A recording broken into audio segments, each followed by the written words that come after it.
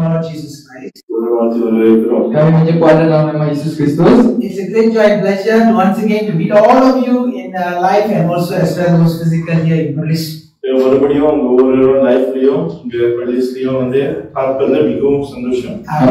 Kami bergembira kerana dapat berjumpa anda secara langsung di sini di PHA dan juga secara live di Revival Generation. I would like to apologize for the delay of 30 minutes. We were supposed to start at 3:30, but we started at 4. ये 30 நிமிஷம் தாமதமாய் ஆரம்பித்ததற்காக எங்களை மன்னிக்கவும். Sebelum kita mulakan khutbah, saya ingin meminta maaf kerana kita telah mula 30 minit lewat. And I believe we saw from today it always going to be at 4, no more than 3:30.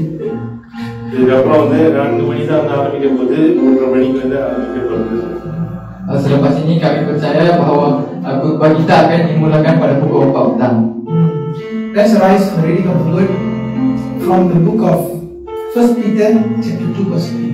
இதெல்லாம் இருந்து நின்று வேத வசனத்தை எடுத்துக்கொள்வோம். 1 பேதுரு 2வது அதிகாரம் 9வது வசனம். Okay, marilah kita semua berdiri untuk membaca ayat firman Tuhan untuk hari ini dari buku 1 Petrus 2 ayat 9. Those who reading in English can read after me. Those who reading in Tamil can read after Pastor Dan. Those who reading Bahasa can follow after Brother Daniela. Let me begin from English. 1 Peter chapter 2 verse 9. But ye are chosen generation, But you are chosen generation, royal priesthood, a holy nation, a peculiar people, that we should show forth the praises of Him that had called you out of darkness. That He should show forth the praises of Him who had called you out of darkness into the marvelous light. Amen. ஒன்று பேதுரு 2வது அதிகாரம் 9வது வசனம். நீங்களோ உங்களை அந்த காலத்தினின்று தம்முடைய ஆச்சரியமான ஒளியினிடத்திற்கு வரவழைத்தவருடைய புண்ணியங்களை அறிவிக்கும்படிக்கு தெரிந்து கொள்ளப்பட்ட சந்ததியாயும் ராஜரீகமான ஆசாரிய கூட்டமாயும் பரிசுத்த ஜாதியாயும் அவருக்கு சொந்தமான ஜனமாயும் இருக்கிறீர்கள். 1 Petrus 2:9. Tetapi kamulah bangsa yang terpilih, imamat yang rajani, bangsa yang kudus, umat kepunyaan Tuhan sendiri, supaya kamu memberitakan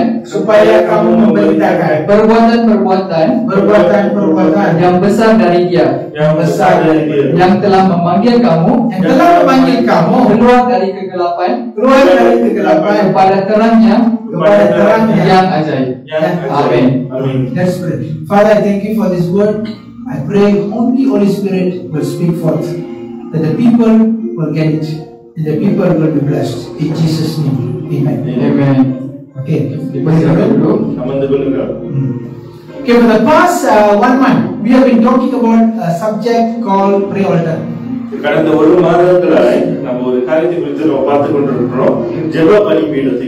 Untuk sebulan yang lepas kita sedang membincangkan mengenai tajuk Mesbah Tuhan. And we have been receiving a lot of testimonies all over the world, okay, from Australia, from India, from Malaysia, from different countries, as well as from Perlis. We are receiving a lot of testimonies. அநேக சாட்சிகளை வந்து இந்த நாள் நம்ம கேட்டுக்கொண்டிருக்கிறோம். ஆஸ்திரேலியால இருந்து, இந்தியால இருந்து, அப்புறம் மலேசியால இருந்து, பெர்லிஸ்லயும் வந்து இந்த காரியங்களை தேவன் சாட்சியாக கொடுத்து கொண்டிருக்கிறார். உலகம் முழுவதும் அநேக சாட்சிகள் நம்ம பெற்றுக்கொள்கிறோம். Untuk pengetahuan anda, kami menerima banyak testimoni daripada orang-orang dari India, daripada Malaysia dan juga seluruh dunia apabila mereka mendengar mengenai Mesbah doa ini. And God has taken us to the next level. தேவன் ஒரு உயரமான ஒரு படிக்கு நம்மை கொண்டு போயிருக்கிறார். Dan Tuhan telah menaikkan kita ke peringkat seterusnya. You are no longer in the same level, but now with an altar you have been raised to the next level. நம்ம இருந்த நிலையிலே வந்து இல்லாத படிக்கு இந்த ஜெப பலிபீடத்தை கொண்டு தேவன் வந்து நம்மை வந்து உயர்த்தி இன்னொரு உயரமான நிலையில வைத்திருக்கிறார். Kita tidak berada pada peringkat yang sama, malah selepas kita membina Mesbah doa ini, peringkat kita telah dinaikkan oleh Tuhan. The more revelation that comes forth, So, இன்னும் எவ்வளவுக்கு வெளிப்பாடுகள் வருகிறதோ, lebih banyak wahyu yang kita terima, the more anointing and ranking that you increase in the spiritual realm. so இன்னும் அதிகமான அபிஷேகங்களோ, இன்னும் நம்மளுடைய நிலை வந்து உயரப்படுகிறதை நம்ம வந்து பார்க்க முடியும். lebih tinggi dan lebih banyak kemegahan Tuhan yang dapat ditunjukkan di dalam hidup kita, Alam roh. dalam alam roh. So today I want to tell you, church, you are no longer going to be the same ever again. So சபையாருக்கு வந்து சொல்லுகிற ஒரு காரியமானது, so நீங்க இருந்த நிலையில வந்து நீங்க இருக்க போறது இல்லை. Jadi untuk umat gereja, saya nasihatkan kepada anda bahawa anda tidak akan lagi berada pada peringkat yang sama. This is a prophecy that God said, you shall no longer be at the same level ever again. So தேவன் கொடுத்த ஒரு தீர்க்கதரிசனமானது, மண்டமாய் நாம் இருக்க போறது இல்லை. So பெற்றுக்கொள்ளுங்க, கைகளை தட்டி பெற்றுக்கொள்ளுங்க. Inilah nubuat yang Tuhan telah berikan kepada kita, iaitu kita tidak akan berada pada peringkat yang sama lagi setiap hari. The title that we are going to discuss today is the source of revelation. Jadi நம்மளுடைய தலைப்பானது ஞானத்தின் ஆரம்பத்தை குறித்து. Jadi tajuk khutbah kita pada hari ini adalah mesbah doa, punca kepada pengetahuan Ataupun wahyu. Okay, we can put it as revelation, source of revelation. இது வந்து ஒரு வெளிப்பாடு அப்படின்னு சொல்லிட்டு நம்ம போட்டுக்கொள்ளலாம். Kita boleh letakkan sebagai punca kepada wahyu. If you read just now from the book of 1 Peter 2:9, God is trying to highlight two things from there. The first one is royal, the second one is a priesthood. So அத 1 பேதுரு 2வது அதிகாரம் 9வது வசனத்துல நம்ம பார்க்கிற வேளையில ரெண்டு காரியங்களை குறித்து தேவன் நமக்கு திட்டவட்டமாய் சொல்லுகிறார். So முதலாவது ராஜரீகத்தை குறித்து சொல்லுகிறார், அடுத்தது வந்து அரசாட்சியை குறித்து சொல்லுகிறார். Okey, apabila kita membaca ayat firman Tuhan dari 1 Petrus 2:9, kita dapat lihat dua perkara yang Tuhan nak tunjukkan kepada kita, iaitu pertama adalah rajani dan yang kedua adalah imaman. First is royal, that is king. Second one is a priest. One is a king, one is a priest. So there is a connection between the king and the priest. So ராஜாவுக்கும் ஆசாரியனுக்கும் வந்து ஒரு தொடர்பு இருக்கு. அது குறித்து தான் நம்ம இந்த வசனத்துல நம்ம பார்க்க முடியும். Okey.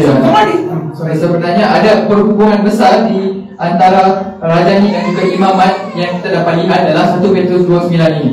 The base of a good successful king is the priesthood. So இன்னைக்கு ஒரு வெற்றிகரமான ஒரு ராஜாவுடைய வாழ்க்கையானது இங்க வந்து அடங்கி இருக்குன்னா அது ஆரம்பம். So ஒரு நல்ல ஒரு ஒரு ஆசாரியனா வந்து அவங்க இருக்கிறதுல இருக்கிறது.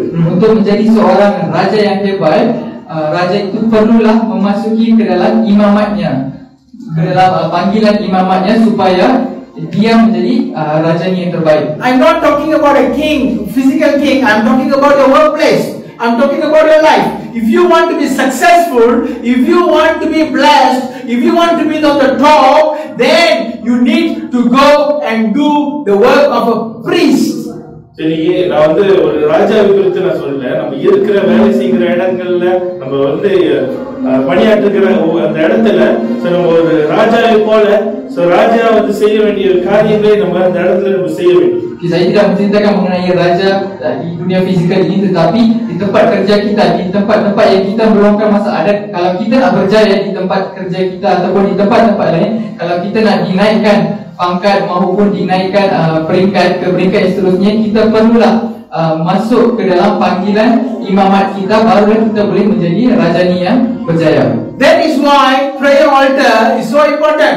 If you don't have a prayer altar, then you are not a priest. When you are not a priest, you are not going to be successful as a king on this world.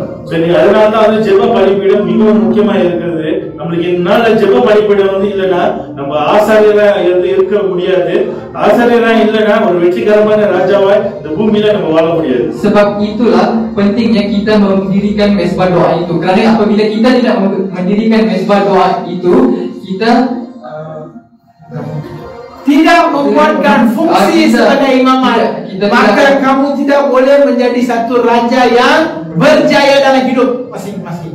Today there are many questions that you may ask. Why, pastor, my family is failing? My pastor, my business is failing. My pastor, my children are disobedient. Why, pastor, I'm having so much of sickness? The answer for all of this, that you fail to be a priest. இன்னைக்கு அனைவருக்கு வந்து கேள்வி வந்திருக்கலாம், ஏன் வந்து என் குடும்பம் வந்து இப்படியா இருக்கு, ஏன் என்னோட தனிப்பட்ட வாழ்க்கை இப்படி இருக்கு, என் வேலை இப்படி இருக்கு, ஏன் உள்ள நோய்கள் வந்து என் வாழ்க்கையில இருக்கு, குடும்பத்துல இருக்கு அப்படின்னு சொல்லி நம்ம கேட்கிற ஒரு கேள்வி இருந்துச்சுன்னா அதோட பதில் வந்து என்னன்னா, நம்ம ஒரு ஆசாரியனாய் நம்ம வேலையை வந்து செய்யாமல் வந்து நம்ம இருக்கிறோம். அதனாலதான் வந்து இந்த காரியங்கள் ramai di sini ataupun yang sedang melihat di live merasakan yang hidup mereka penuh dengan masalah dalam tempat kerja, masalah dalam keluarga dan banyak lagi masalah dalam perkara-perkara lain. Jadi hari ini apa yang kami nak ujarkan adalah apabila anda tidak mempunyai mesbah itu dan kita tidak membuat kerja sebagai seorang imamat, kita tidak boleh menjadi seorang raja yang berjaya. Today you might be thinking, what is this guy is talking?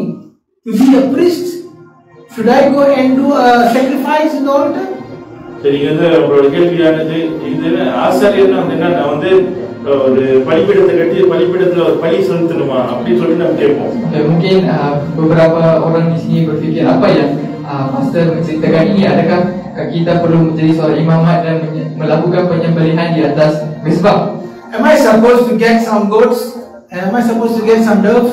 Am I supposed to cut and give it to God and then all my problem will be solved? Is that what is he talking?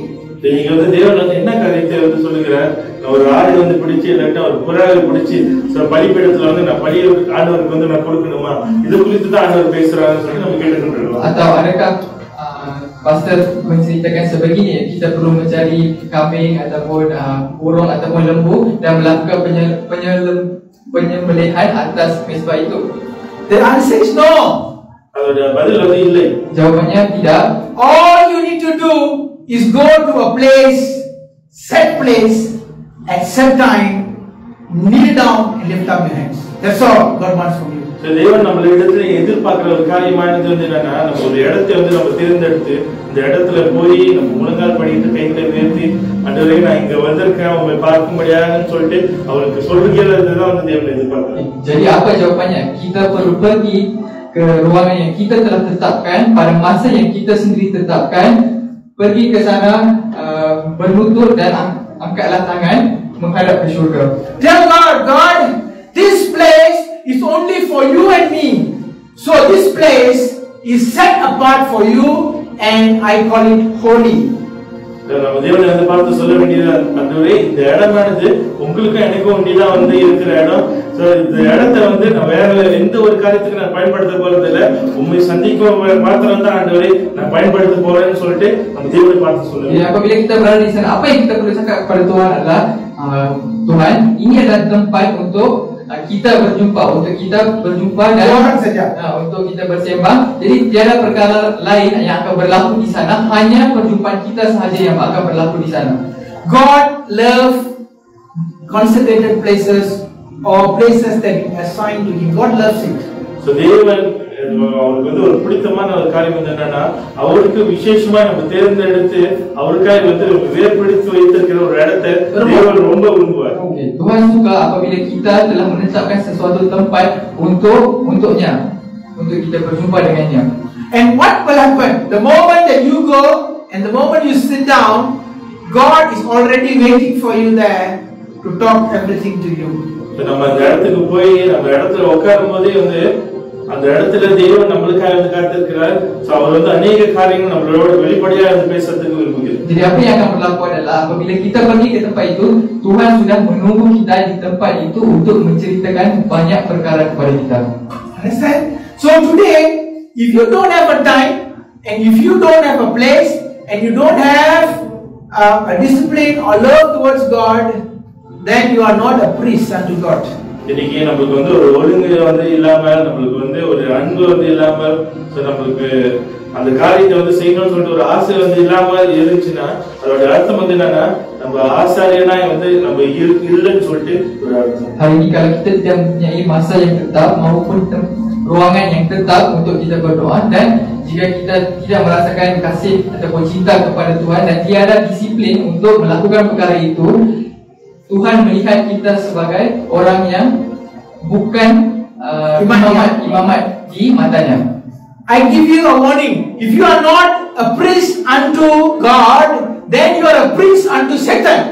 ஒரு எச்சரிக்கையா நான் சொல்லுகிறேன், இன்னைக்கு நீங்க ஒரு தேவனுக்கு வந்து ஒரு ஆசாரியனா இல்லைன்னா, நம்ம பிசாசுக்கு வந்து ஆசாரியனா இருக்கும்னு சொல்லிட்டு ஒரு எச்சரிக்கை. Hari ini perkara ini perlulah diambil dengan serius karena kalau kita bukanlah seorang imamat kepada Tuhan, maka kita akan jadi imamat kepada syaitan. So today I do not know how many churches, how many Christians are calling themselves to be children of God and yet become priests unto the demons. Jadi அநேக சமயங்கள் நீங்க வந்து எப்படி இருக்காங்கன்னா நம்ம தேவ பிள்ளைகள் வந்து சொல்லிக்கொண்டு இருந்தாலும் பிசாசுக்கு வந்து ஆசாரியனா இருந்து கொண்டிருக்காங்க. Jadi hari ini saya tidak tahu berapa ramai yang memanggil diri mereka sebagai anak Tuhan, tetapi mereka adalah imamat kepada kerajaan syaitan. In the Bible, when you say prayer, God never say when you pray. God always will say when you pray. He will never say if you pray. So வேதத்துல வந்து நம்ம பார்க்கிற வேளையில வசனமானது தேவன் வந்து எப்போது வந்து என்ன சொல்லுவாருன்னா, நீங்க ஜெபிக்கிற வேளைன்னு சொல்லிட்டு அவர் சொல்லுவாரு, நீங்க ஜெபித்தால்னு சொல்லிட்டு அவர் சொல்ல மாட்டாரு. Di dalam ayat firman Tuhan kita dapat lihat yang Tuhan kata bila kamu berdoa, apabila kamu berdoa, bukanlah kalau kamu berdoa. So means to say prayer and the altar of God is compulsory for Christians. சரிங்க, அது இதுல வந்து நம்ம என்ன புரிந்து கொள்ள முடியும்னா, அந்த ஜெப பீடமும் சோ நம்மளுடைய நம்ம ஜெபமும் சோ தேவனுக்கு வந்து அது கட்டாயமான ஒரு காரியம். Jadi apa yang kita dapat belajar dari sini adalah pembinaan mesbah doa itu dan berdoa di mesbah itu adalah sangat penting dan perkara yang sangat wajib yang perlu ada. It's not a choice. அது ஒரு தேர்வு அல்ல. Ini bukanlah pilihan untuk anda. You don't choose. I want to pray today, tomorrow I am not praying. The day after I am not praying. The next day I am not praying. Either you pray or either you serve the demon. There is no choice given here. இன்னைக்கு நம்ம வந்து சொல்ல முடியாது, நான் இன்னைக்கு நான் ஜெபிக்கிறேன், நாளைக்கு வந்து நான் ஜெபிக்க மாட்டேன், நாளைக்கு ஜெபிக்கிறேன், நாளைக்கு ஜெபிக்க மாட்டேன். இன்னைக்கு நம்ம ஜெபிக்காமல் இருக்கிற வேளையில நம்ம பிசாசுக்கு ஆசாரியனா இருந்து கொண்டிருக்கோம். Jadi jangan anda berkata hari ini saya akan berdoa, tetapi esok saya tidak akan berdoa, kerana apabila anda berdoa anda adalah imamat kepada Tuhan, tetapi apabila anda tidak berdoa anda adalah imamat kepada syaitan. Hosea chapter 4 verse 6, God says, my people are destroyed for lack of knowledge. ஓசியா 4வது அதிகாரம் 6வது வசனத்துல என்ன சொல்லப்பட்டிருக்குன்னா, என் ஜனங்கள் அறியாமையினால் சங்காரமாகிறார்கள் சொல்லி போடப்பட்டிருக்கு. Jadi kalau kita lihat dalam ayat Hosea 4 ayat 6 yang menceritakan bahawa apabila manusia kekurangan pengetahuan mereka akan musnah. Hidup mereka akan pucat kacir sekiranya anda tidak mempunyai pengetahuan mengenai Tuhan. Jadi தேவனை குறித்து நமக்கு வந்து அறிவு வந்து இல்லனா சோ நம்ம சங்காரமாகறோம்னு சொல்லி வசனம் சொல்லுது. What is the main important thing that God wants you to get from the holy altars? So இந்த பரிசுத்தமான அந்த பலிபீடத்திலிருந்து என்ன காரியத்தை நம்ம பெற்றுக்கொள்ளணும்னு சொல்லிட்டு தேவன் ஆசைப்படுகிறார். Jadi apa yang Tuhan nak kita dapat apabila kita pergi ke mesbah doa itu? God wants him to be the only source of information to you. He don't want anybody else to give any information. He wants him to be the giver of information. அந்த இடத்துல வந்து இருக்கிற வேளையில அவர் மாத்திரமே நம்மளுக்கு அந்த அறிவை வந்து கொடுக்க, அந்த ஆலோசனை வந்து கொடுக்கிறவரா இருக்கணும்னு சொல்லிட்டு அவர் ஆசைப்படுகிறார். சோ நம்ம மற்றவர்களிடமிருந்து ஆலோசனை வந்து பெற்றுக்கொண்டு அவரை தேடி போறதுக்கு அவர் அந்த இடத்துல வந்து இல்லை. Tuhan berada di sana untuk memberikan kita nasihat di sana. Kita pergi ke sana untuk meminta nasihat kepada Dia, bukannya kita datang untuk minta nasihat dekat orang lain. Jadi disebabkan itulah kita perlu pergi ke sana untuk meminta nasihat daripada Dia. If you don't get the information from the altar of God, you are not of God.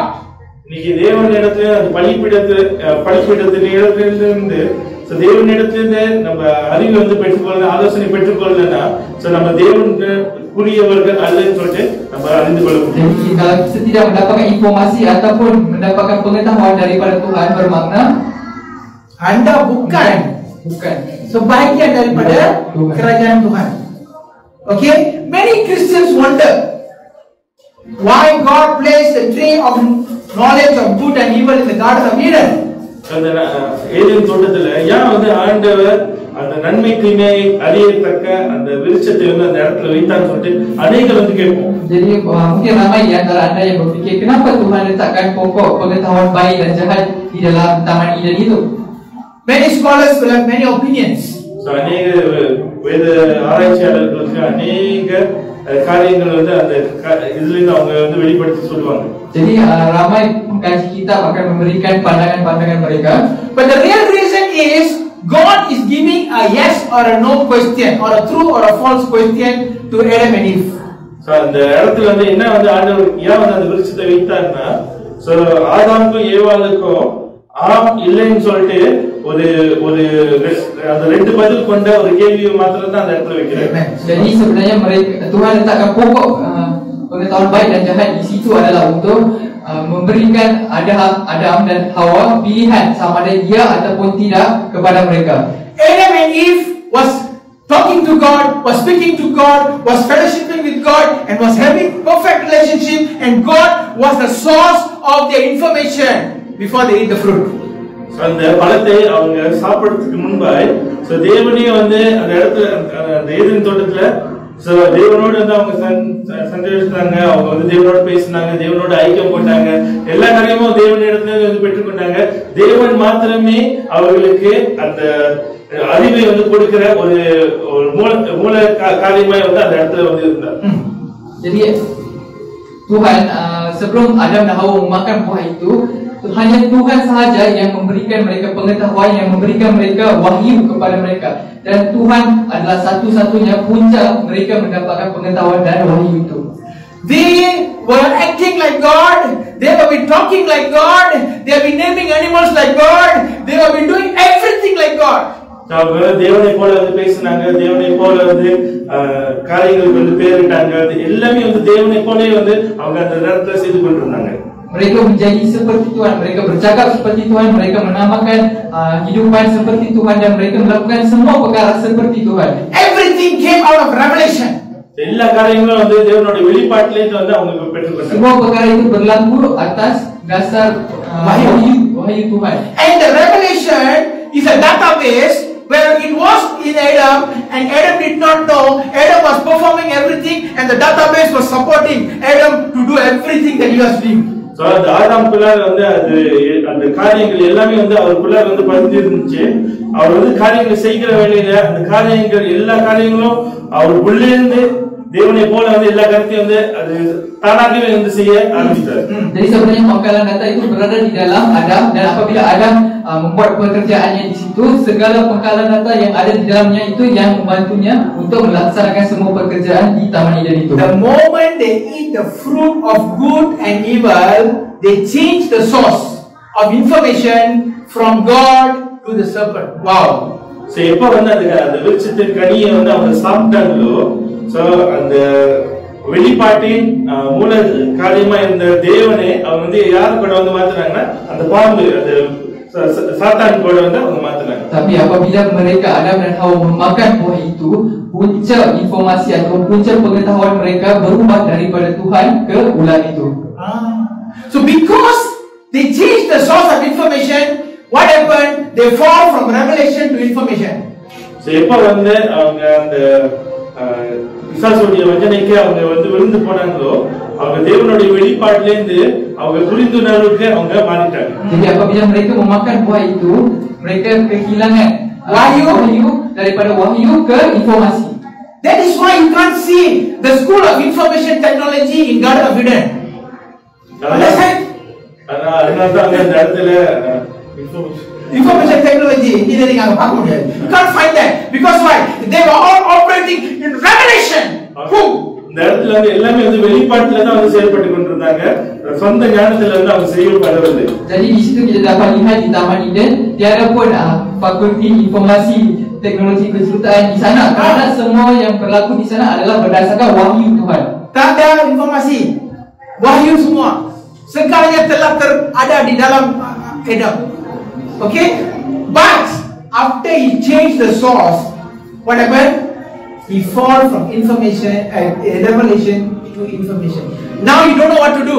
He's searching God. Now what next? What next? I'm lost. Today, you and I are living in the information technology that we are lost. We don't know what to do.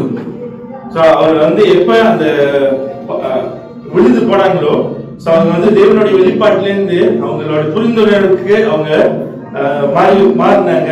சரி, நீங்க வந்து நம்மளும் அதே போலதான் நம்ம வந்து புரிந்துணர்வுல இருக்கிற நிலையில சோ அந்த அடுத்து என்ன செய்யணும்னு சொல்லிட்டு நம்ம தேடி அலமோதி கொண்டிருக்கோம். Jadi apabila mereka ada jatuh daripada wahyu ke informasi, jadi mereka jadi seperti kita di mana kita mencari-cari apa yang kita perlu buat seterusnya, apa seterusnya. We always say, if only I know that share would have gone up, I would have bought it. If only if I know that thing would have happened, I would avoid it. If only, because you don't know, because now you don't have revelation, you only have information, and even the information also not there. இப்போ வந்து நம்ம வந்து என்ன சொல்லுவோம்னா, அந்த எனக்கு வந்து அது வெளிப்பாடு ஏற்கனவே வந்து இருந்துச்சுன்னா நான் அந்த ஷேர் வந்து ஏறப்பயே வந்து நான் வாங்கியிருப்பேன். இல்லாட்டா இறங்குறப்ப எல்லா காரியமும் வந்து நம்ம வந்து இப்படியே வந்து போய் கொண்டிருக்கோம். ஸோ அதனால வந்து நம்ம இன்னைக்கு வந்து எப்படி இருக்கோம்னா, நம்மளோட புரிந்துணர்வுல நம்மளோட அறிவுல என்ன காரியத்தை வந்து பார்க்க முடியுமோ அநேக நேரத்துல அந்த அறிவு கூட வந்து நம்மளுக்கு இல்லாமல் இருக்கு. Jadi kadang-kadang kita akan cakap sebegini, kalaulah saya tahu saham itu akan naik, saya pasti akan beli. Kalaulah saya tahu saham itu akan jatuh, pasti saya akan elakkan daripada beli. Jadi apabila Adam jatuh daripada wahyu ke informasi, kita mencari-cari apa yang kita perlu buat dan kita buta, tak tahu nak buat apa. Dan kadang-kadang pengetahuan yang kita ada tu pun kita tak ada sebenarnya. Informasi pun tak ada. Informasi tu pun tak ada. Buta. So today what God is saying? God is saying, you come back to my own altar, I am going to restore you back to your revelation. Wow. சரி, தேவன் நம்மள வந்து பார்த்து என்ன வந்து சொல்லுகிறான்னா, என்னோட ஜெப பலிபீடத்துக்கு நீ திரும்பி வா, நான் மறுபடியும் வந்து உன்னை வெளிப்பாட்டுக்கு நான் வந்து உன்னை மாற்ற போகிறேன்னு சொல்லிட்டு தேவன் சொல்கிறார். Jadi Tuhan berkata, datanglah ke mezbahku dan berdoa dan Tuhan akan memberikan kita pengetahuan wahyu yang Adam dapat dahulu. You will know exactly what's going to happen. Wow. So என்ன காரியம் நடக்க போகுதுன்னு சொல்லிட்டு நமக்கு நடக்கிறதுக்கு முன்னாடி வந்து நம்ம அறிவோம். Anda akan tahu segala apa yang akan berlaku selepas ini. From today onwards, you will know this is what is going to happen. Then you say, okay, that's it, Lord. Let's do it. இனி வந்து நம்ம வந்து எப்படியா வந்து இருப்போம்னா, இதுதான் வந்து நடக்க போகுதுன்னு சொல்லிட்டு தேவன் ஏற்கனவே வந்து நமக்கு வெளிப்படுத்திடுவார். வந்து தேவன் வந்து பார்த்து என்ன சொல்றாரு, சரி அதே வாங்க நம்ம சேர்ந்து செய்வோம்னு சொல்லிட்டு நம்ம தேவனை you excited now? Jadi kita akan berada di dalam satu situasi di mana Tuhan akan menceritakan apa yang akan berlaku pada hari tersebut dan kita akan terima benda itu dan cakap, okay, Tuhan baik, kita buat sama-sama. Okay, let me give you an example from the Bible. If you look at the book of Joshua and you look at Moses, these are big prophets of the Lord. All the time, before they go for any war, they ask the priest for counsel. So இந்த யோசுவா புத்தகத்துல நம்ம பார்க்கலாம், யோசுவாவும் சரி மோசேயும் சரி அவங்க வந்து எல்லாம் வந்து தேவனுடைய பெரிய தீர்க்கதரிசிகள். அவங்க ஒவ்வொரு வாட்டியும் வந்து ஒரு காரியத்தை வந்து செய்யறதுக்கு முன்பாக, யுத்தத்துக்கு வந்து போறதுக்கு முன்பாக அவங்க வந்து ஆசாரியர்களுடைய ஆலோசனையை வந்து அவங்க கேட்பாங்க. Jadi kalau kita lihat dalam Alkitab di mana kita ada dua nabi yang sangat hebat, iaitu Nabi Musa dan Nabi Yosua. Jadi dua nabi ini apa yang mereka akan buat sebelum mereka berperang adalah mereka akan minta nasihat daripada imamat mereka. So the priest's job is to give counsel to the king. அந்த ஆசாரியர்களுடைய வேலையானது அதனால அது எப்படியா இருந்துச்சுன்னா, அவங்க வேலையை வந்து அந்த ராஜாக்களுக்கு ஆலோசனை சொல்லுகிறது தான் அவங்க. Jadi kerja imamat itu sebenarnya adalah memberikan nasihat kepada raja. How to fight? எப்படியா வந்து சண்டை போடணும், apa strategi nak gaduh, where to come in, who to go, what should go in, what should go first, what should go second. So this arrangement of tactical fights and wars are given by the priest to the kings. So எந்த காரியம் முதல் போகணும், இந்த காரியம் வந்து பின்னால வந்து இருக்கணும், எப்படியா வந்து யுத்தம் செய்யணும், எல்லா காரியங்களும் வந்து அந்த நாள்ல ஆசாரியர்கள் தான் வந்து அந்த ஆலோசனை ராஜாக்களுக்கு கொடுப்பாங்க. Jadi perkara mana yang perlu pergi dulu, perkara mana yang perlu berada di belakang. Jadi strategi untuk berperang itu sepatutnya diberikan oleh imamat kepada raja. If you are going to the prayer altar and you are sacrificing your time and you're lifting up your hands and kneeling down and you're talking to God, God will give you the instruction. So எப்ப வந்து நம்ம ஜெப பலிபீடத்துக்கு நம்ம வந்து போய் கைகளை வந்து உயர்த்தி முழங்கால் படிட்டு கைகளை உயர்த்தி ஆண்டவரே நான் வந்திருக்கேன்னு சொல்லிட்டு நம்ம சொல்லுகிற வேளையில தேவன் நம்மளுக்கு திட்டம் தெரியுமாய் நம்ம என்ன காரியத்தை செய்யணும்னு சொல்லிட்டு அவரு வெளிப்பாடே கொடுப்பார். Jadi apabila kita pergi ke mesbah doa kita dan kita berlutut dan mengangkat tangan menghadap ke syurga, Tuhan akan pasti memberikan kita arahan untuk apa yang kita perlu buat. Arahan yang jelas. Bukan arahan yang vague, arahan yang jelas. So when you come out of the room, you know today I am going to get the victory. I don't care how the situation look like. My God already planned it for me in the morning. நம்ம அறையிலிருந்து நம்ம வெளியே ஆகிற வேலையே நமக்கு தெரியும். அன்னைக்கு நான் ஆண்டவர் வந்து எனக்கு வெற்றி வந்து கொடுக்க போறாரு. சூழ்நிலை வந்து எவ்வளவு கஷ்டமா இருந்தாலும் தேவன் என்னோட இருந்து வெற்றி சிறக்க செய்ய போறான்னு சொல்லிட்டு நம்மளுக்கு அந்த தைரியத்தோட வந்து நம்ம வெளியாகும். Jadi apabila kita keluar dari bilik itu, kita akan keluar dengan satu keyakinan diri di mana Tuhan sudah memberikan kejayaan di dalam hidup kita. Dia sudah membuat rancangan untuk membebaskan kita daripada segala masalah itu. Look at Joshua. Joshua is asking, I'm going to bring down the walls of Jericho. Please tell me, what should I do? And then, the priest come with a beautiful answer. God said, bring the ark of the covenant in front of you. Don't bring soldiers, Bring what? 7 people blowing 7 horns, 7 people playing 7 trumpets. The king is telling to Joshua. Joshua would have imagined, oh my God, what is happening? So the எலிகோ மத்தியில அவங்க சண்டையிட்டு ஆட போற வேலையில யோசுவா ஆசாரியர்கள்ட்ட போயிட்டு ஆலோசனை கேட்கிறாங்க, இங்க வந்து என்ன செய்யணும்னு. அப்ப வந்து ஒரு சிறந்த ஒரு ஆலோசனை வந்து அந்த ஆசிரியர்களுக்கு கொடுத்தாங்க. என்ன சொன்னாங்கன்னா, சோ இன்னைக்கு வந்து ஆசிரியப்பை பற்றி, அதுக்கப்புறம் வந்து 7 பேர் எக்காலத்தோடும், 7 பேர் வந்து பிபி வந்து எல்லா காரியங்களும் வந்து முன்பாய் வந்து அப்ப வந்து கண்டிப்பா வந்து யோசிச்சிருப்பாரு, போச்சு இன்னைக்கு என்ன ஆக போகுது தெரியலன்னு சொல்லிட்டு கண்டிப்பா சண்டைக்கு போறப்ப. Jadi Yosua ini tidak runtuhkan benteng Jericho. Jadi dia sebelum tidak pergi berperang tu, dia minta nasihat daripada imamat dia, dan imamat dia beri satu jawapan yang sangat lucu, di mana dia kata, bawa 7 orang, bawalah peti perjanjian itu, lagi 7 orang lagi tiupkanlah trumpet tu, lagi 7 orang tiupkanlah sofa. Dan pusinglah benteng tu untuk 7 kali. Joshua said, untuk berperang. Where is the soldiers? We are going for fight, soldier don't want. Oh my God, what a trouble, man. வந்து கேக்குறாரு, ராணுவ வீரர்கள் இங்க சண்டைக்கு போறவங்க ராணுவ வீரர்கள் இல்லைன்னா வந்து எப்படின்னு சொல்லிட்டு அவங்க கண்டிப்பா யோசிச்சிருக்காங்க. Jadi Joshua bertanya kepada imamat tu, jadi mana askar-askar untuk berperang, sebab kita nak pergi berperang ni, mana askar dia? Lepas tu imamat tu kata, tak payah askar, ni saja dah cukup. Look at Joshua. Joshua was a king, and he would be also crazy like that. Then he said, what? Okay people, now the priest already spoken.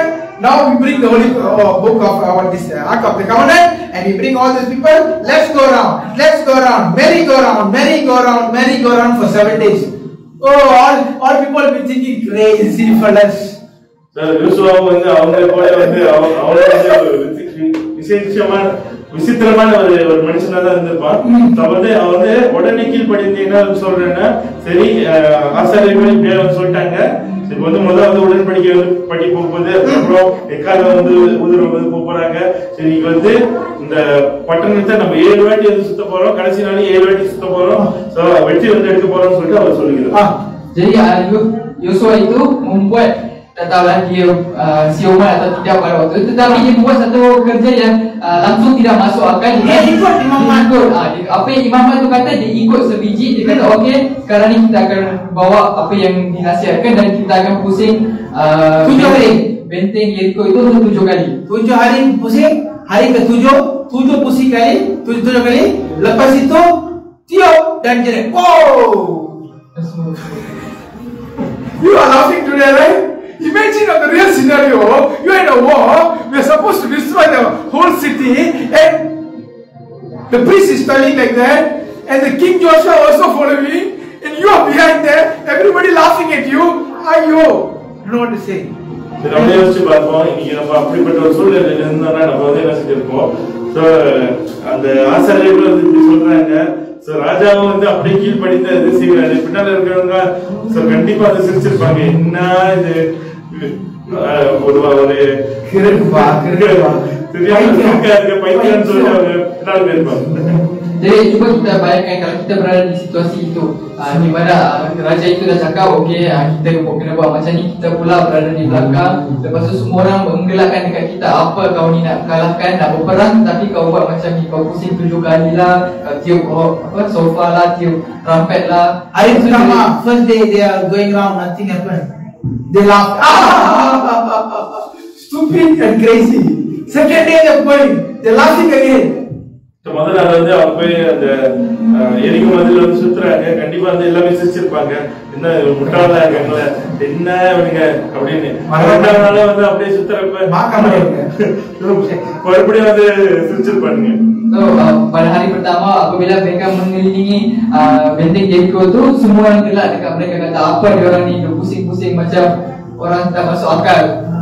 Apa mengelilingi kota benteng ini tanpa berperang. Buang mangga. They laughed at him for the 7th day, and the 7th day, 7 times they go around and then they blow, and then what happened? You know what happened? The Jericho walls come down. Do you think the Jericho wall come down because of the people? No, it was an earthquake. God brought an earthquake because of Joshua believing like crazy to the priest. And the priest was so devoted unto God. God say pushing, he pushing. God say angkat, he angkat. He never ask a question. அதனால நம்ம பார்க்க வேண்டிய அந்த 7 முறை சுத்தி கடைசி நாள் 7 முறை சுத்துற வேலையில கடைசியில அந்த எக்காலத்தை ஊதுற வேலையில அந்த எரிக்கோ மதில் வந்து உடைஞ்சிச்சு. கண்டிப்பா வந்து அந்த வீரர்கள் மூலியமா தான் வந்து அந்த காரியம் வந்து நடந்திருக்க கூடாது. தேவன் நிலநடுக்கத்தை அந்த இடத்துல அனுப்புற வேலையில தான் அந்த மதில்கள் வந்து உடைஞ்சிச்சு. அதனால வந்து பாக்குற வேலையில ஆசாரியர் சொல்றது அப்படியே வந்து யோசுவா வந்து அப்படியே செய்தாரு. சோ அந்த ஆசாரியர்களும் வந்து தேவன் இடத்துல போயிட்டு பயபக்தியோடு அந்த எங்க வந்து வெளிப்பாடு வந்து கொடுங்கன்னு சொல்ற வேலையில அவர் தேவன் வந்து கொடுத்த அந்த வெளிப்பாடு அப்படியே வந்து செய்கிற ஒரு ஜனங்களா இருந்தனால தான் வந்து தேவன் அந்த காரியத்தை. Selepas itu pada hari ke-7 apabila mereka mengelilingi benteng Jericho itu untuk 7 hari, dan selepas itu anda tahu apa yang berlaku, di mana ada satu gempa bumi yang berlaku, di mana benteng-benteng Jericho itu runtuh, dan semua orang di Jericho itu telah matilah apabila gempa bumi itu berlaku. Jadi kita perlu sedar bahawa apabila Tuhan memberikan satu wahyu kepada imamat dan raja itu mengikuti, kita perlu mengikut apa yang mereka buat supaya kita dapat kejayaan dalam hidup kita. So what am I trying to tell to you? First, you go to the prayer altar, you get your revelation first. After you get the revelation, you do it without asking a question from God. Who, why, when. No question asked, just do. That's it. So நம்ம வந்து முதலாவது நம்ம செய்ய வேண்டியது வந்து என்னன்னா, நம்ம அந்த பலிபீடத்துக்கு வந்து போயிட்டு தேவனுடைய வெளிப்பாடு கேட்க வேண்டும். தேவன் அந்த வெளிப்பாடு வந்து கொடுத்த பிறகு எந்த ஒரு ஏன், எதுக்கு, எப்படின்னு சொல்லிட்டு கேட்காத படிக்கு தேவன் சொன்ன காரியத்தை அப்படியே செய்யணும் வாய் முடியுது. Jadi dalam bahasa muda apa yang kita perlu buat adalah, pertama kita perlu pergi ke mesbah, dan yang kedua kita perlu menerima wahyu daripada Tuhan, dan yang ketiga adalah membuat wahyu itu tanpa menanyakan macam mana, bagaimana, apa, siapa, tanpa menanyakan apa-apa soalan. Kita tutup mulut dan buat apa yang Tuhan suruh. I line up the message for today. First is priesthood. That means you have to go to God and get the revelation. Second, you do it. Third, as a king you do it. Then third is success. So A, B and C. That's all. சரி, நீங்க அந்த செய்தியை வந்து சுருக்கமா வந்து சொல்லணும்னா, 3 ABCன்னு சொல்லிட்டு 3 இதா பிரிக்க முடியும். முதலாவது காரியம், நம்ம வந்து ஒரு ஆசாரியனா தேவனுடைய பலிபீடத்துக்கு போய் தேவனிடத்துல இருந்து வெளிப்பாடை நம்ம பெற்றுக்கொள்ளணும். என்ன செய்யணும்னு. அடுத்தது, ஒரு ராஜாவாய் நம்ம தேவன் சொன்ன காரியத்தை அப்படியே நம்ம செய்யறதுக்கு நம்ம செய்ய வேண்டும். அதுக்கப்புறம் தான் வந்து தேவனுடைய வெற்றி அந்த இடத்துக்கு வரும். Okay, saya dapat simpulkan khutbah ini dalam 3 cara ABC, iaitu A adalah kita pergi dan meminta wahyu daripada Tuhan di mesbah yang ditetapkan. B B adalah kita membuat apa yang Tuhan suruh itu, arahan itu tanpa menanyakan soalan. Dan C adalah kita mendapatkan kejayaan dalam hidup. It's so simple. Why Christians making it so difficult? இது வந்து ரொம்ப சுலபமான காரியம். ஏன் கிறிஸ்தவர்கள் இது வந்து கஷ்டப்படுத்துறாங்க? Okay, perkara ini sangat mudah, tetapi kenapa orang Kristian menganggap perkara ini sangat susah bagi mereka? Understand?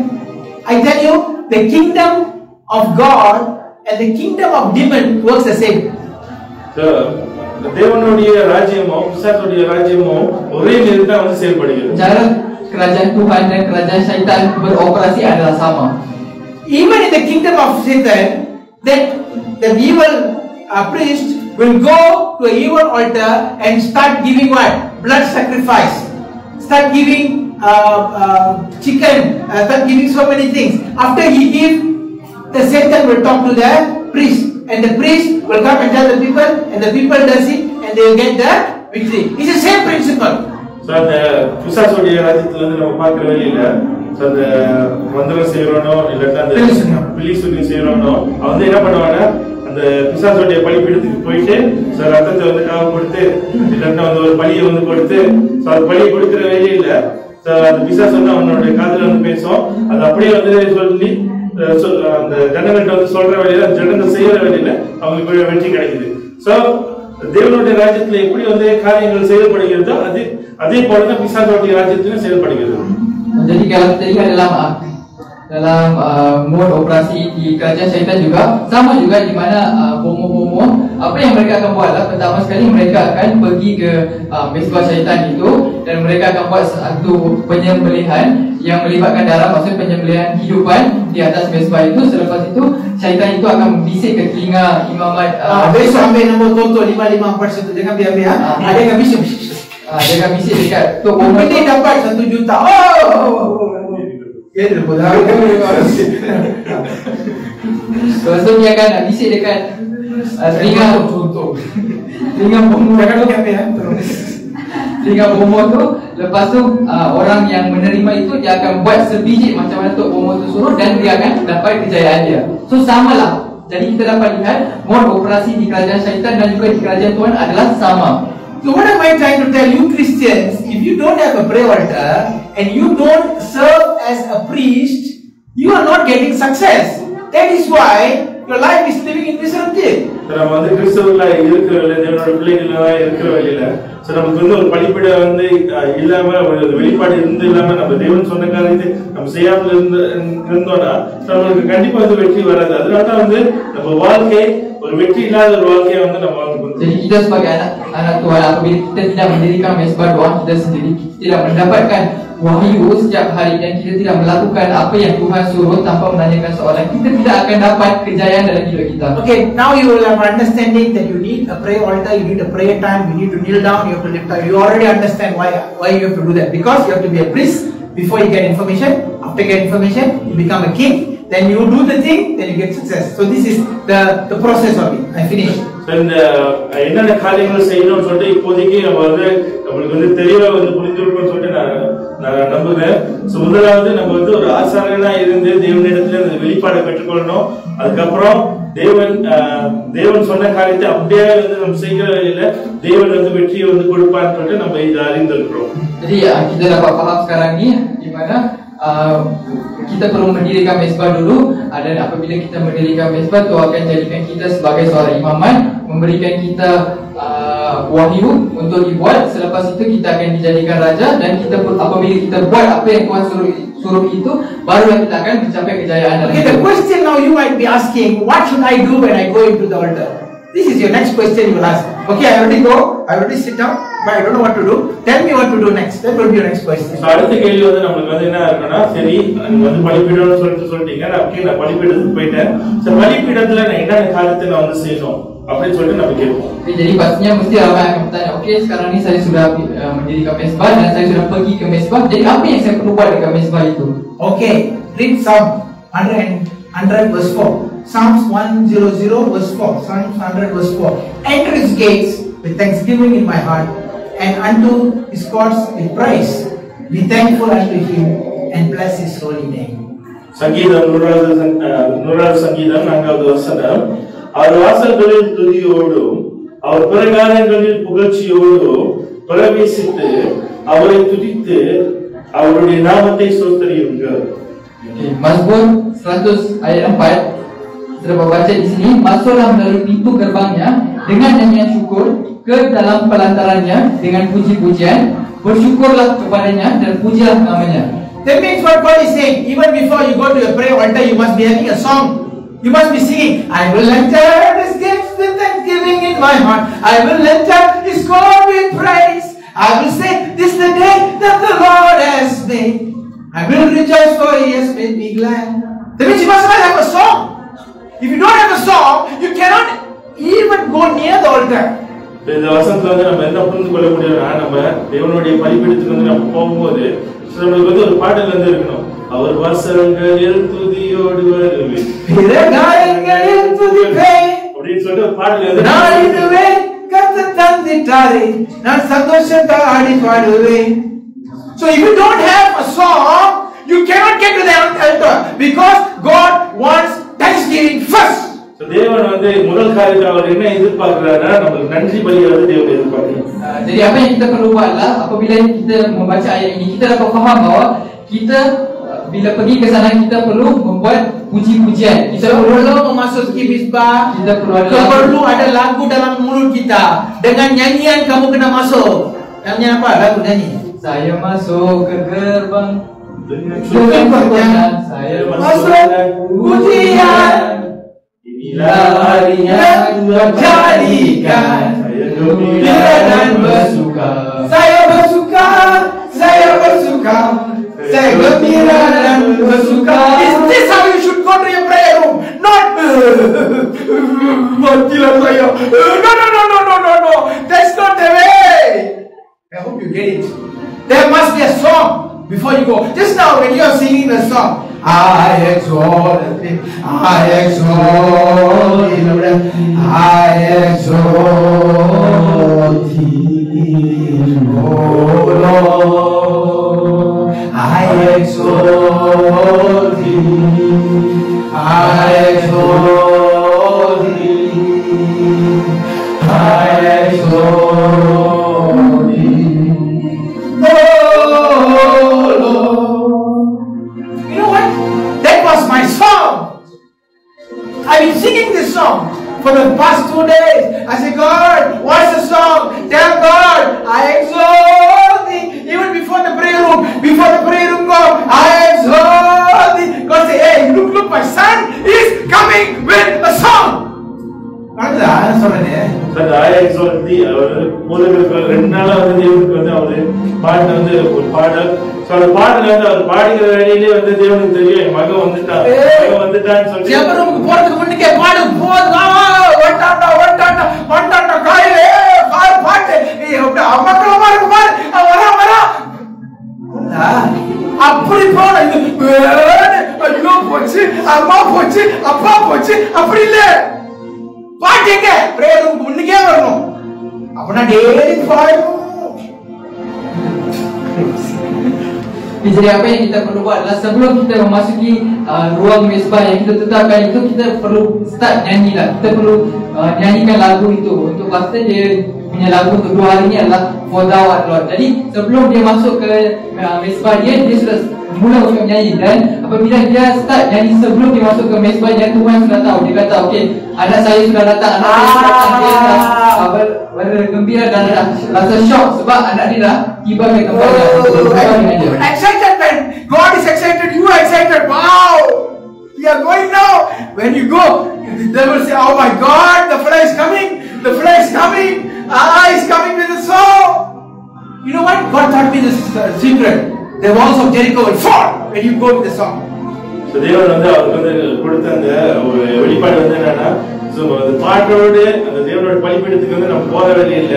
இந்த எரிகோ மருந்து இடிந்து விழும். பிசாசுக்கு தெரியும் நம்ம வந்து பாடலோட சொல்லப்ப நமக்கு வெற்றி கிடைக்கும்னு சொல்லி பிசாசுக்கு தெரியும். Wahyu yang pastor terima adalah apabila kita pergi ke mesbah kita dengan lagu, Tuhan akan meruntuhkan benteng Jericho seperti mana yang berlaku di Yosua 1:8. Jadi Tuhan berkata apabila kita pergi dengan lagu ke dalam mezbahnya, semua benteng-benteng akan runtuh kerana Tuhan akan memberikan kejayaan dalam hidup kita. I have got no time to explain, but you have time, you can read book of Acts chapter 16 verse 14 to 16. Paul and Silas were singing in the prison. They were not singing because they want the chains to be opened. They were singing because the region of Tyre has been delivered by God and they got free publicity because they are in prison. அப்போஸ்தலர் 14வது அதிகாரம் 14வது வசனத்துல 14வது வசனம் வரைக்கும் வந்து பார்த்தோம்னா சார் வந்து நம்ம பவுலும் சீலாஸும் தேவனை வந்து ஆரத்தி பாடி துதிக்கிறது நம்ம வந்து பார்க்க முடியும். காரணம் அந்த இடத்தை தேவன் விடுவித்து அந்த இடத்துல தேவனுடைய நாம வந்து பிரசித்தப்பட தேவன் வந்து செய்ததுக்காக வந்து அவங்க ஆடி பாடி துதிக்கிறது வந்து அந்த இடத்துல வந்து பார்க்க முடியும். பிரிசன்ல போட்டதுனால ஃப்ரீ பப்ளிசிட்டி டிவிடிகா NTV7 அப்புறம் இருக்கு all things are already zoomed in and they say wow look at it look they are not singing because they are in the அடிச்சிட்டாங்க அப்படி சொல்லி நான் பாடல and the region of Thailand was delivered because of what? Because of these two men. They were rejoicing. I have done it well. Even the people they try to do whatever they want to do with their body. They don't care. They are worshiping. And you know what? Take what makes them to receive the next blessing. So அந்த இடத்துல இன்னத்துக்காக வந்து அவங்க சந்தோஷமா இருந்து தேவனை ஆடி பாடி துதித்தாங்கன்னா அவங்க இருந்த அந்த புண்ணு அவங்க வாங்கின அடினால இருந்துல அந்த இடத்த அந்த இடத்தை வந்து தேவன் வந்து விடுவித்தார். தேவனோட நாம வந்து பிரசித்தி ஆரம்பிச்சு எல்லாத்துக்கும் வந்து தேவனை பத்தி தெரிஞ்சு கொண்டாங்கன்னு சொல்லிட்டு அவங்க அந்த இடத்துல அவங்க சந்தோஷப்பட்டு தேவனை வந்து துதிக்கிறது தான் அந்த இடத்துல பார்க்க முடியும். Jadi kalau kita dapat lihat dalam ayat Kisah Para Rasul 16 bab 16 ayat 14 ke 16. 14 hingga 16 kita dapat lihat di situ ada dua orang saudara iaitu Paulus dan juga Silas di mana mereka diletakkan di dalam penjara dan di situ kita dapat lihat yang mereka memanjatkan puji-pujian ke atas Tuhan bukan kerana mereka terima pukulan daripada orang-orang di sana tetapi disebabkan mereka nak membebaskan negeri itu sudah bebas negara itu sudah bebas mereka sedang bergembira dan Tuhan membawakan gempa bumi ke tempat itu dan disebabkan oleh perkara itu mereka mendapatkan publicity dan mereka diviralkan. Facebook, YouTube. Ini saya punya fikiran masa kita dalam Facebook, use Facebook, YouTube, Instagram semua naik. Paul and Silas, go! Hashtag sudah masuk, millions coming out. Everybody say berita tergempar. Paulus dan Silas telah membebaskan wilayah Tyre daripada segala belenggu yang dipanggil oleh orang-orang ini. Understand? That was what the reason why they are happy. Who can sing when people poke you with a nail? You can sing Nobody can sing, man. I cannot sing. Even Paul and Silas also cannot sing, but they sang not because of the wound. They sang because of the victory God gave them one day before. சரி நமக்கு வந்து காயம் வந்து பட்டுச்சு ஆளு நம்ம துன்புறுத்துனாங்கன்னா அந்த நம்ம வந்து கண்டிப்பா பாட முடியாது. யார் பாட முடியும்? யாரும் வந்து பாட முடியாது. ஆனா அந்த நேரத்துல அந்த பவுலும் சீலாவும் அவங்க அந்த இடத்தை வந்து தேவன் விடுவித்தான்னு சொல்லிட்டு அவங்க வாங்கின அந்த அடியை காட்டிலும் அது வந்து சந்தோஷத்தை கொடுத்தனால தேவனை வந்து பாடி துதிக்கிறாங்க. Jadi Paulus dan Silas itu mereka menyanyi di situ bukan kerana mereka dipukul ataupun mereka cedera. Pastinya anda dan saya tidak dapat menyanyi apabila dipukul ataupun terlibat dalam apa-apa kecederaan, tetapi mereka masih tetap menyampaikan puji-pujian di sana kerana mereka tahu bahawa Tuhan sudah memberikan kejayaan dan kejayaan yang mereka bakal dapat itu mereka sedang memuji di dalam penjara itu. If you want your prison to be broken today, you start singing for the blessings God gave you yesterday. இன்னைக்கு நம்மளோட சிறைச்சாலையில வந்து நம்ம அப்படி இருக்கிற சிறைச்சாலையில வந்து உடையினோட நேற்று தேவன் செய்த காரியங்களுக்கு நன்றி சொல்லி அவரை துதிக்க வேண்டும். Jadi kalau kita nak bebaskan diri kita daripada penjara, apa yang kita perlu buat? Kita perlu mensyukuri Tuhan kepada perkara-perkara yang Dia sudah melakukan semalam dan kejayaan yang Dia bakal berikan pada hari esok. Saya masuk ke gerbangnya dengan santurnya. Saya masuk dan pujian. Bukan nyanyi dengan church. praise and worship tuan-tuan muka masam dia. Bukan. Di rumah sudah watermelon mah. Di rumah sudah watermelon. Kenapa? Semalam saya sudah dapat. Kemenangan. Ini datang church. Tata macam mana bilang menyanyi ayat. Ini apa ini praise and worship dia? Bukan macam. Biar saya buat praise and worship. That is how you should be excited for. Contoh. Okay, that is the kind of joy that you carry before you go to the prayer altar. Don't go to prayer altar. I always sing the song. I always sing the song. I think I sang in the Rainbow meeting. What was the song I was singing? Gori Basha Tara Kumari Hassan. I always sing the song. I keep falling in love with him over and over and over and over again. I keep falling in love with him over and over and over and over again. I imagine I'm dancing with God. I keep falling in love with him over and over and over and over again. God, I cannot see God, but I'm dancing with him. I keep falling in love with him over and over and over and over again. Finally finished his God. He got one. That is how you enjoy before you go to the presence of God. And you know what? There is such an excitement in the presence. God said, look, my son. Santos Masobaranda, தேவனோட பிரசன்னத்துக்கு வந்து போற வேலையில நம்ம வந்து இப்படியா நம்ம உற்சாகத்தோட சந்தோஷத்தோட அந்த சந்தோஷமா போற வேலையில வந்து நம்மளுக்கு வந்து தேவன் மகன் வந்துட்டான்னு சொல்லிட்டு அவங்களுக்கு வந்து நன்றி சொல்லிக்கிற வேலையில நம்ம ஆடுறது போல இப்படியா வந்து தேவனுடைய கரங்களை பிடித்து அவர் நம்ம கரங்களை பிடித்து சந்தோஷத்தோடு அடுத்து வந்து நம்ம வேண்டும். Jadi apabila kita pergi ke mesbah itu, kita perlu panjatkan puji-pujian kepada Tuhan dengan hati yang gembira, bukannya dengan muka yang masam ataupun sebab rasa terpaksa, tetapi dengan senang hati, dengan rasa gembira kita perlu memanjatkan puji-pujian kepada-Nya. Barulah Tuhan akan gembira dan merasa seronok untuk menyambut kedatangan kita di mesbah itu. It's just the entrance I'm talking, worship is at the entrance of the door. Before open the door, just coming in, already sing. Then after singing, now when I say go to second phase is waiting on God. This is point number 2. Point number 1 is thanksgiving. Point number 2 is waiting on God. Waiting on God means what? You sit down, read the Bible, 1 or half a chapter or quarter chapter a day. Keep quiet, zip your mouth and read only. Don't ask anything. முதல்ல வந்து நம்ம வந்து பார்த்தோம். சோ அந்த கதவு வந்து திறக்கும் போதே வந்து சந்தோஷத்தோடு அந்த துதி படிகளோடு நம்ம வந்து தேவனை எடுத்து போக வேண்டும். அது வந்து முதல் படி. அடுத்தது வந்து நாங்க அங்க போனோடனே என்ன பண்ணோம்னா வேதத்தை எடுத்து ஒரு பாதி சாப்டர் பாதி பகுதி இரண்டாம் பாதி அதிகாரத்தை வந்து நம்ம வந்து படித்து நம்ம வந்து வாயை வந்து நம்ம மூடிட்டு நம்ம அந்த இடத்துல அமைதியா வந்து காத்திருக்கணும். தேவன் வந்து அந்த காலத்துல இருந்து பேசணும்னு சொல்லிட்டு காத்திருக்க வேண்டும்.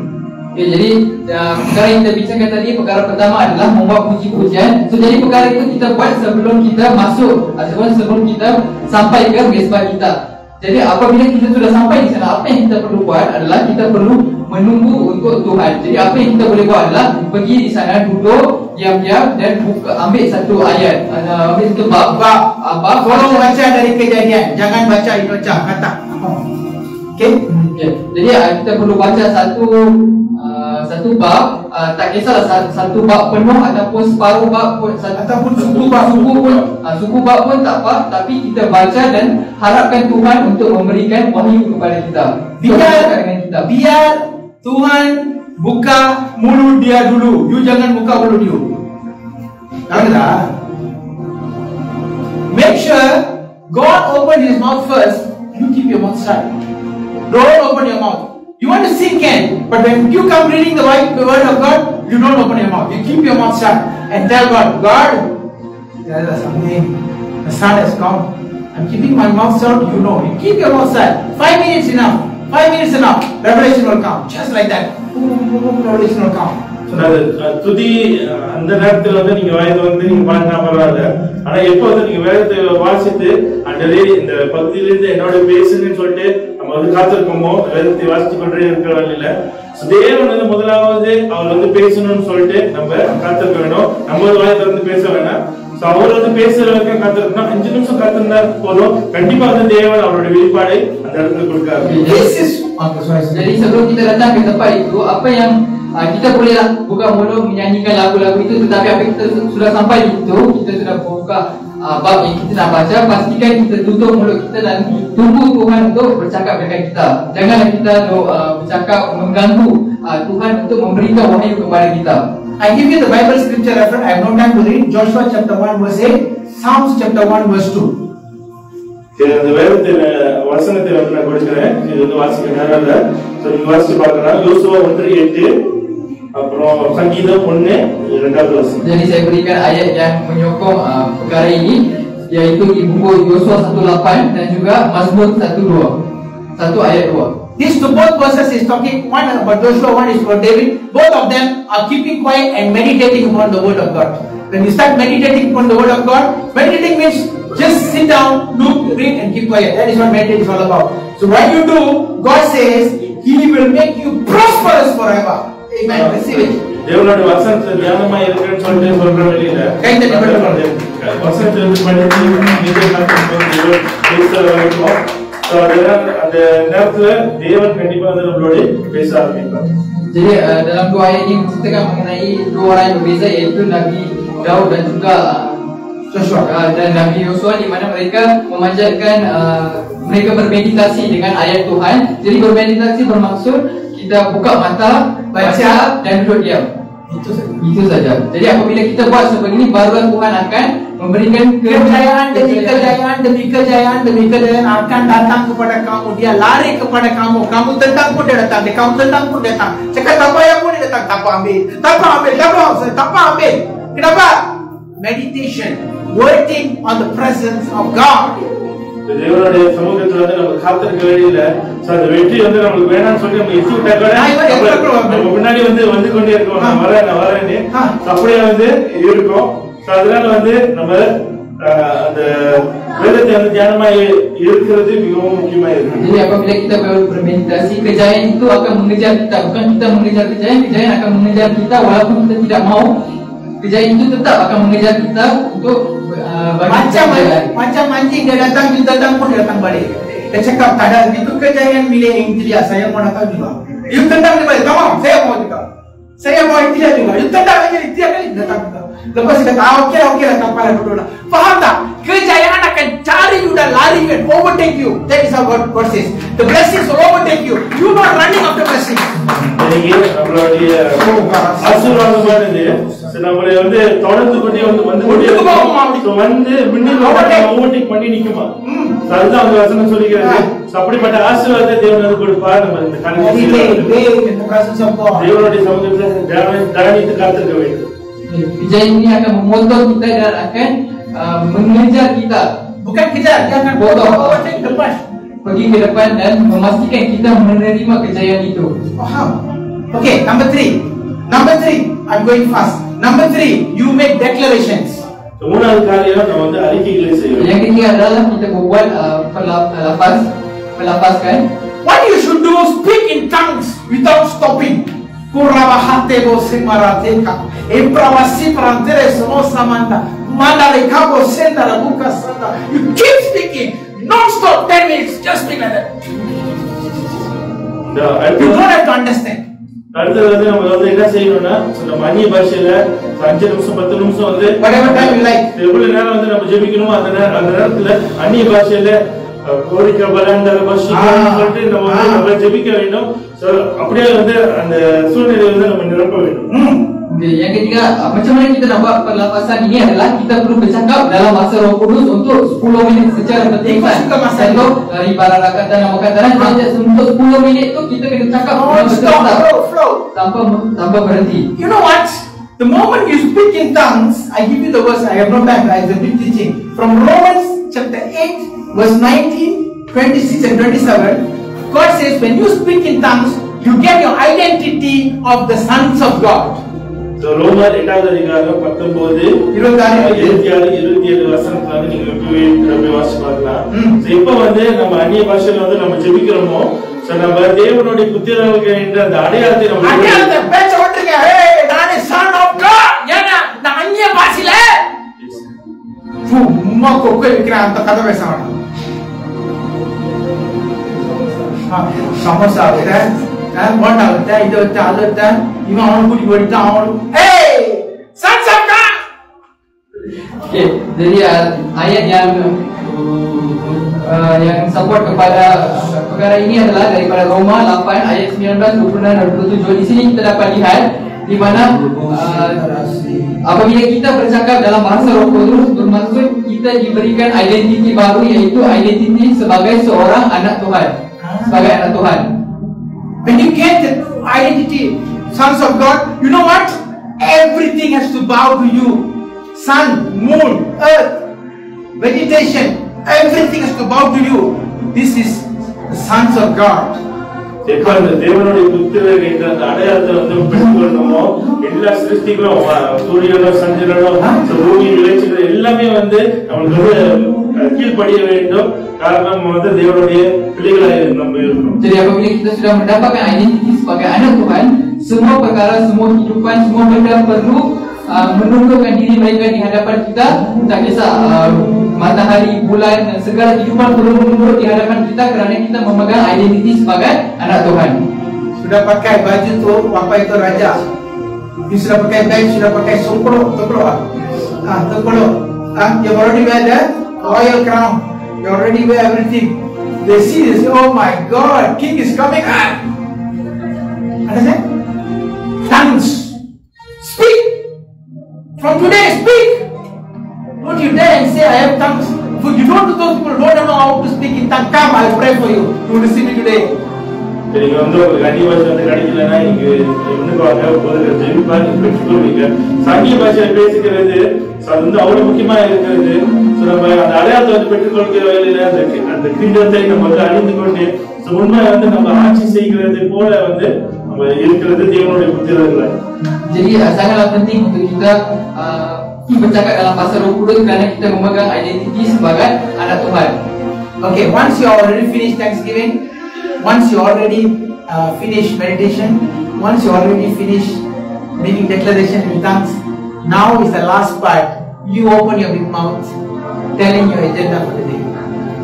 So the மூன்று காரியங்களும் வந்து நம்ம செஞ்சுட்டோம், துணித்துட்டோம். So தேவனுடைய சமூகத்துல வந்து நம்ம தியானம் பண்ணியாச்சு. அதுக்கப்புறம் அந்நிய பாஷை பேசியாச்சு. So நான்காவது காரியம் வந்து நம்ம நீங்க என்ன செய்ய போறீங்கன்னு சொல்லுங்க. So நம்மளுடைய காரியங்களை நம்ம வந்து சொல்ல ஆரம்பிக்க வேண்டும். Jadi selepas kita sudah buat puji-pujian, selepas kita sudah bermeditasi dengan ayat Tuhan, selepas kita sudah membuat bercakap dalam bahasa Roh Kudus, jadi apa yang kita perlu buat seterusnya adalah barulah kita buka mulut kita untuk menceritakan hari-hari kita, menceritakan perasaan kita, menceritakan semua perkara kepada Tuhan. Cakap Tuhan, hari ini kita tahu tak itu kawan ada bahasa yang macam Tuhan, kita tahu tak itu ini macam semua cerita, cakap macam cakap dekat dia punya mak atau bapa.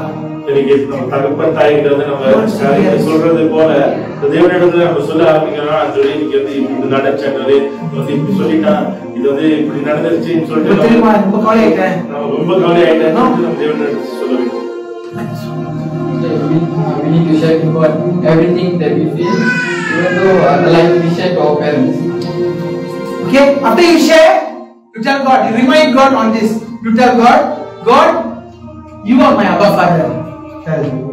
அது எல்லாமே வந்து நம்ம செய்து முடித்த பிறகு, நம்ம சொல்லிட்ட பிறகு நம்ம தேவனிடத்துல சொல்லணும். என்ன சொல்லணும்னா, ஆண்டவரே நீரே வந்து எனக்கு அப்பா பிதாவா இருக்கிறீங்க. Jadi apa yang kita perlu buat adalah janganlah kita lupa untuk cakap dekat Tuhan, Tuhan kamu adalah bapa saya dan saya adalah anak kamu. I have 4 things to share to you, God. 4 things. அதுல 4 காரியங்கள் இருக்கு. அந்த உங்களோட பகிர்ந்து கொள்ள வேண்டும். Tuhan saya ada 4 perkara yang saya nak berkongsi dengan kamu. Number 1, don't put me in any danger because you are my father. Your job is to protect me, make sure. So முதல் காரியம் வந்து எனக்கு எல்லா ஆபத்துல இருந்து எனக்கு விலகி கொள்ளுங்க. காரணம் நீங்க எங்க அப்பா பேருதா, நீங்க தான் என்னை பாதுகாக்கணும். Yang pertama adalah pastikanlah saya selamat dari segala ancaman, daripada segala ancaman. Number 2, the second point. God, I believe you for my food, for my water, for my clothing, for my shelter and my transportation. அதுவே நான் வந்து உண்மை நம்புகிறேன். என்னுடைய சாப்பாட்டுக்காகவும், என்னோட தண்ணிக்காகவும், என்னுடைய உடைக்காகவும், என்னுடைய வீட்டுக்காகவும், என்னுடைய வாகனத்துக்காகவும் வந்து நான் உண்மை நம்புகிறேன். I believe you. நான் உண்மை நம்புகிறேன் என்று சொல்றேன். Dan yang kedua kita perlu kata, Tuhan, saya percaya yang kamu akan pastikan saya mempunyai makanan, air, pakaian, tempat tinggal dan dan kereta dan transport yang sesuai, dan saya percaya yang kamu akan pastikan saya dapat semua perkara ini. And then the third point, tell God, I forgive everybody. மூணாவது காரியம், அதுவே நான் எல்லாரையும் மன்னிக்கிறேன். Yang ketiga, cakap kepada Tuhan, Tuhan, saya maafkan semua orang. And the fourth point, last point, what he must say, I have my priorities following my hand. அதுவே எனக்கு வந்து என்னுடைய முக்கியத்துவங்கள் என்னுடைய கைகளை கொண்டு நான் வந்து பார்க்க முடியும். Dan yang keempat, cakap kepada Tuhan, Tuhan, saya telah menyusun keutamaan saya mengikut jari-jari saya. Mengikut jari-jari saya. Jari ibu menunjuk kepada arah Tuhan. Bermaksud Tuhan adalah nombor satu. Cuba tunjuk macam ni. Jari ibu, the tongue, the index tongue is pointing God up. That means God must be number 1. So Tuhan perlu menjadi orang pertama kerana arah jarinya menunjuk ke atas. Jadi Tuhan adalah orang pertama. Pointing finger, number 2. This pointing finger always will point at people. This is referring to your husband or your wife, because they are the one who always will point at your mistakes. So they are the number 2. Thank God for them. இது வந்து நம்ம வந்து மற்றவர்களுக்கு காண்பிப்போம். சோ நம்மளுடைய குறைகளை, நம்மளுடைய என்ன காரியத்தை நம்ம சரிப்படுத்தணுமோ, இது வந்து நம்மளுடைய கணவன் மனைவி தான் காண்பாங்க. சோ அவங்க தான் வந்து இரண்டாவது. புரியுதா உங்களுக்கு? Jari yang kedua itu jari telunjuk. Jari telunjuk adalah merujuk kepada suami atau isteri kamu, kerana mereka lah yang akan menunjukkan semua kesilapan kamu. Orang lain tak boleh cakap, bini saja boleh cakap, ataupun husband saja boleh cakap. Orang lain cakap, kan, betul. Ada faham? Okay, so number 2 adalah isteri ataupun suami. Number 3, this finger is a middle finger. Middle finger is the most furthest finger, the longest finger, and it shows you will go to any extent to make sure your family is safe. மூணாவது விரல் வந்து ரொம்ப கீழமான விரல். சோ இது வந்து என்னத்தை குறிக்குதுன்னா, நம்மளோட குடும்பத்தை குறிக்கிறது. நம்ம குடும்பத்துக்கு நம்ம என்ன காரியம் செய்யணுமா, எவ்வளவு தூரம் வேணுமா நம்ம கொண்டு போவோம். Jari yang ketiga iaitu jari tengah. Jari ini adalah jari paling panjang di dalam semua jari, di antara semua jari kita. Jadi jari ini merujuk kepada keluarga kita, yang bahawasanya kita akan pergi sejauh yang mungkin untuk memastikan keluarga kamu selamat dan baik. Boleh? And the fourth finger, which is called the love finger, this is the love towards the church. The church is number 4, the love towards the church.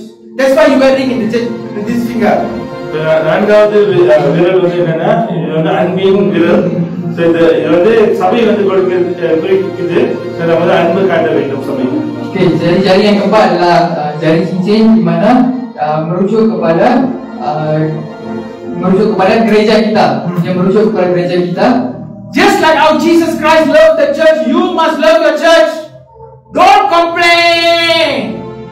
Don't talk evil. You are the one who's supposed to love your church. And the love of the church is like a husband loving a wife. That is how you must love the church members. That's how you must love the ministry. That is how you must love the activities. That's how you must love God. சரிங்க, எப்படியா இயேசு கிறிஸ்து சபையை அவர் நேசித்தாரோ, நீங்க வந்து நம்ம வந்து நம்மளோட மனவாட்டியை போல நம்ம வந்து சபையை வந்து நம்ம நேசிக்க வேண்டும். சபையில இருக்கிறவர்களோ, சபையில இருக்கிற காரியங்களோ, எல்லா காரியத்தையும் வந்து நம்ம இயேசு கிறிஸ்து எப்படி நேசிப்பாரோ அதே போல நம்மளோட நேசிக்க வேண்டும்.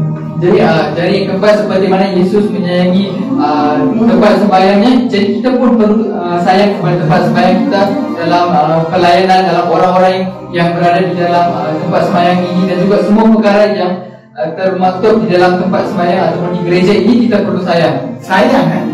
Sayang, bukan datang bila free. Kalau saya tak free, saya tak datang. Ini tak sayang. Itu saja, simple. Number 5, the last finger. The last finger is a pinky finger, and the most smallest finger. This is your work or your job. கடைசி விரல் ஆறு சின்ன விரல் இது வந்து நம்மளுடைய வேலையை குறிக்கிறது. Jari yang kelima, jari manis merujuk kepada pekerjaan ataupun pelajaran kita.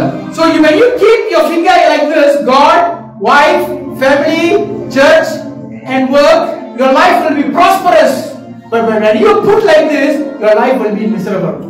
இன்னைக்கு நம்ம கை வந்து நம்ம இப்படி இருக்கிறவங்கள தேவன் முதலாவதா இருந்து மனைவி, குடும்பம், சபை, நம்மளோட வேலை இப்படியா இருக்கிற வேலையில இந்த முக்கியத்துவத்துல நம்ம வைத்திருக்கிற வேலையில எல்லா காரியமும் சரியா இருக்கும்.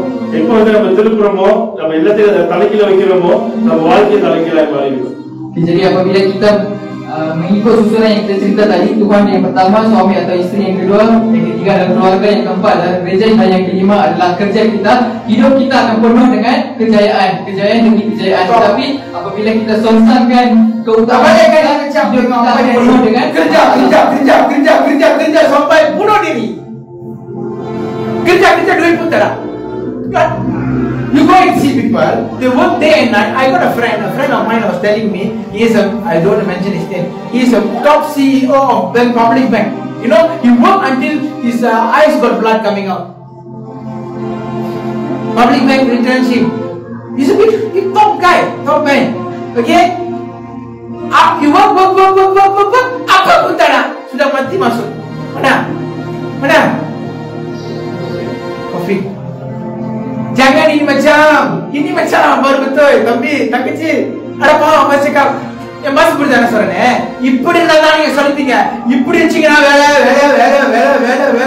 இப்படி வச்சு எல்லாத்தையும் கடைசி ஆண்டர் கடைசியா இருக்கிறா. நீ கடைசியா நான் இப்ப கடைசியா நிக்கிற சொல்லி அழுவாத. ஏன்னா பிரைவேட் சரியா இல்ல. சொல்றா. இங்கிலீஷ்ல சொல்லு. So if we make sure that we put God as our priority, God will make sure that our life will be prosperous. But if we put our priorities in the inversely, God will make sure that our life will be filled with troubles. Let's arise. It's time for us to set our altar. If you never set the altar, this is a nice time to make a commitment. Today, I am going to set a place. I am going to set a time. I am going to pray, and my altar is going to be like this. I am going to go to the altar, thanksgiving, meditation, declaration, and with what? The last one, what was the last one I was saying? And confession or sharing. The fourth one is sharing. You share your problem. So I'm going to go like that. If you have never done, if your priority was not like this, your priority like this is a nice time to repent. Let's sing this song first. For thou art God, above the earth. Somebody go to the drum. Thou art exalted. Every eye is closed. Every eye is lifted up. For God, for thou art God, high above the earth.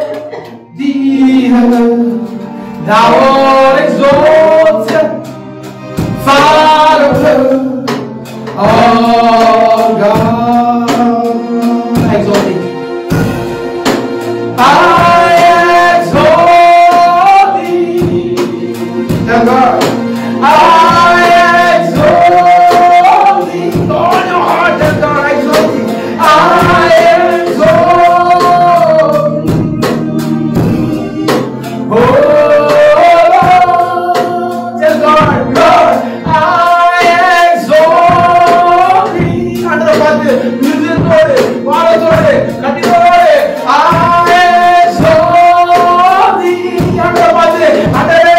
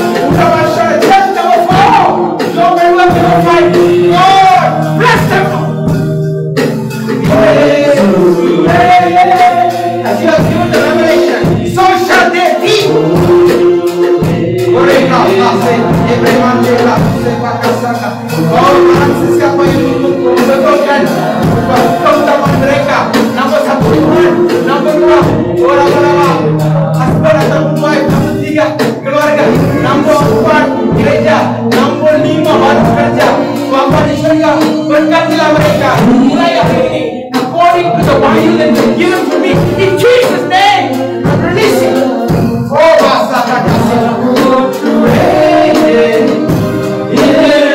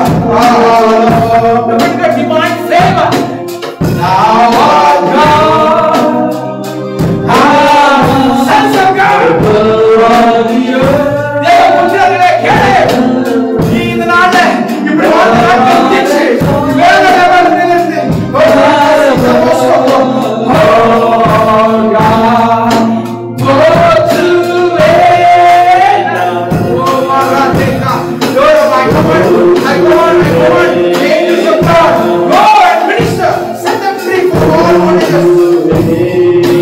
All walking devil, leave their family, leave their businesses. I cry, I rebuke you, Satan. Business, finance, work, education, all blessed. And from God.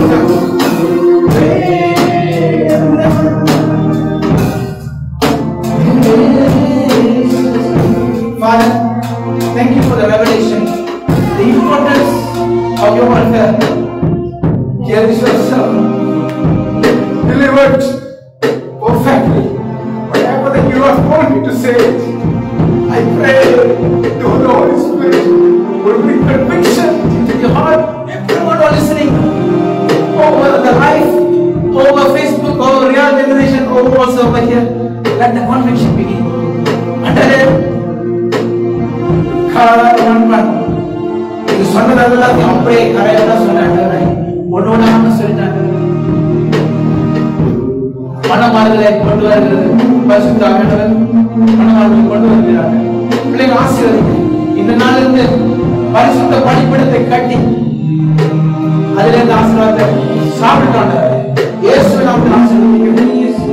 I bless them. Saya berkat segala anak-anak yang mendengar melalui live Facebook Revelation More berada di sini. Segala keberkatan, segala blessings of God will be yours from today. I'm releasing it in Jesus' name.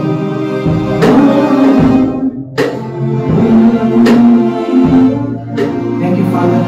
Thank you, Father. Father, I thank you. I give you all the praise, all glory, all honor. Only through my language. Bless them in Jesus' name. Amen.